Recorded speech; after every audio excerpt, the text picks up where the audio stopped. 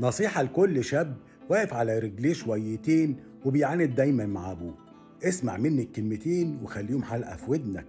أبوك ده لا يمكن تعوضه. أقول لك ليه؟ لأن أبوك ده هو الوحيد اللي فعلا يحبك تبقى أحسن منه. هتقول لي كل الناس بتحبني وأنا أصلي محبوب. اسمع مني، محدش هيحبك مهما كان إنك تبقى زيادة عنه. هو بقى عايزك تبقى أحسن واحد في الدنيا. عارف ليه؟ عشان انت بالنسبة له ثمرة حياته، تعبه. ما هو الأب ده يوم ما بيتجوز بيتخلى عن كل شيء في حياته علشان عياله. هتلاقيه ما بياكلش اللقمة من غير ما يوريك عشان يوفرها لك. هتلاقيه بيشقى وبيتعب وبيروح الشغل وانت قاعد نايم في بيتكو وطلباتك بتجيلك ما تعرفش جاتلك منين. اسمع مني، أبوه هو الوحيد اللي هيديك النصيحة خالصة لوجه الله. عمره ما هيزوقها لك لا برياء ولا بزيف علشان تحبه شويتين. ما هو أصل الأب ما بيعرفش يقول دايما الكلمتين الحلوين، لكن الأب يحاول دايما يعمل لولاده اللي يخليهم قدام يبقوا واقفين صالحين ورجالة يعتمد عليهم. فعلشان كده ما ترجعش تعاند مع أبوك. اسمع مني، يقول لك المشورة خدها وتحطها جوه حباب عينيك، لأن هيجي عليك الأيام بعد عمر طويل وتقول يا ريتني كنت سمعت كلام أبوي. بس خلاص، هينفع بإيه الندم؟ مش هتلاقيه جنبك.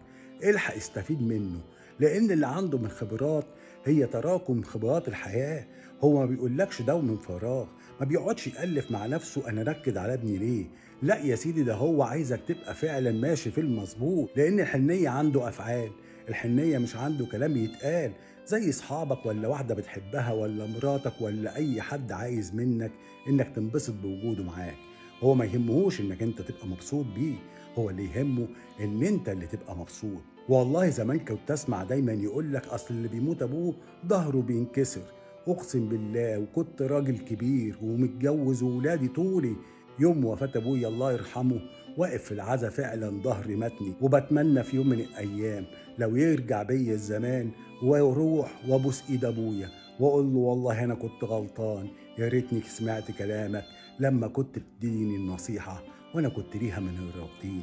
علشان كده كل واحد ابوه لسه عايش معاه في الحياه، ابوس ايدك روح بوس ايده، ابوس ايدك روح اسمع كلامه. والله دي نصيحه خالصه لوجه الله بعد ما فهمت، بس كان بعد فوات الاوان.